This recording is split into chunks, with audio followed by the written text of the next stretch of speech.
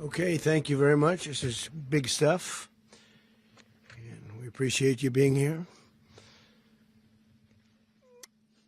Late last night and early today, at my direction, the United States Armed Forces conducted an extraordinary military operation in the capital of Venezuela.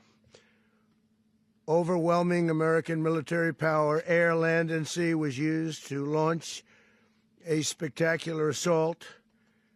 And it was an assault like people have not seen since World War II. It was a force against a heavily fortified military fortress in the heart of Caracas to bring outlaw dictator Nicolas Maduro to justice. This was one of the most stunning, effective, and powerful displays of American military might and competence in American history. And if you think about it, we've done some other good ones, like the attack on Soleimani, the attack on al-Baghdadi, and the obliteration and decimation of the Iran nuclear sites just recently in an operation known as Midnight Hammer, all perfectly executed and done. No nation in the world could achieve what America achieved yesterday, or frankly, in just a short period of time. All Venezuelan military capacities were rendered powerless as the men and women of our military, working with U.S. law enforcement, successfully captured Maduro in the dead of night. It was dark. The lights of Caracas were largely turned off due to a certain expertise that we have. It was dark, and it was deadly. But captured along with his wife, Celia Flores, both of whom now face American justice. Maduro and Flores have been indicted in the Southern District of New York, it's Jay Clayton, for their campaign of deadly narco-terrorism against the United States and its citizens. I want to thank the men and women of our military who achieved such an extraordinary success overnight with breathtaking speed, power, precision, and competence. You rarely see anything like it. You've seen some raids in this country that didn't go so well. They were an embarrassment.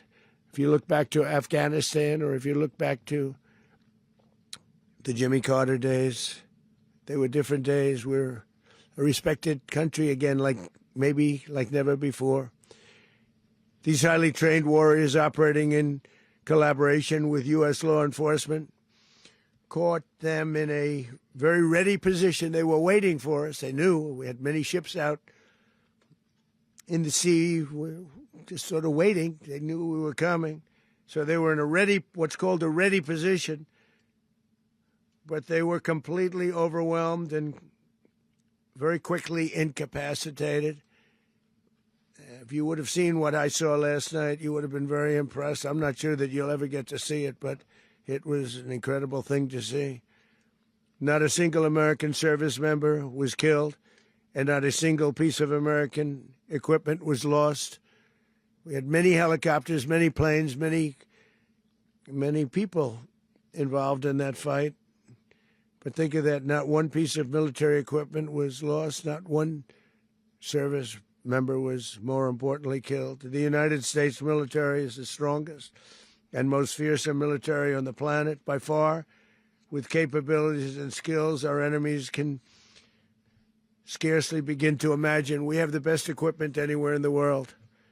There's no equipment like what we have, and you see that even if you just look at the boats. You know, we've knocked out 97% of the drugs coming in by sea. 90%. Each boat kills on average, 25,000 people. We knocked out 97%. And those drugs mostly come from a place called Venezuela. We're going to run the country until such time as we can do a safe, proper, and judicious transition. So we don't want to be involved with having somebody else get in, and we have the same situation that we had for the last long period of years. So we are going to run the country until such time as we can do a safe, proper, and judicious